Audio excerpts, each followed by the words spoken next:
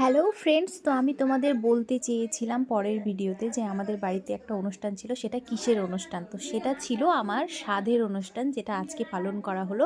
আর এই যে জিনিসগুলো দেখছো, এগুলো সব আমার মায়ের বাড়ি থেকে এসেছে। 5 রকমের ফল, মিষ্টি, আরও অনেক কিছু, আলতা, সিঁদুর, শাড়ি, পান, সুপারি, দই, মিষ্টি, অনেক কিছু।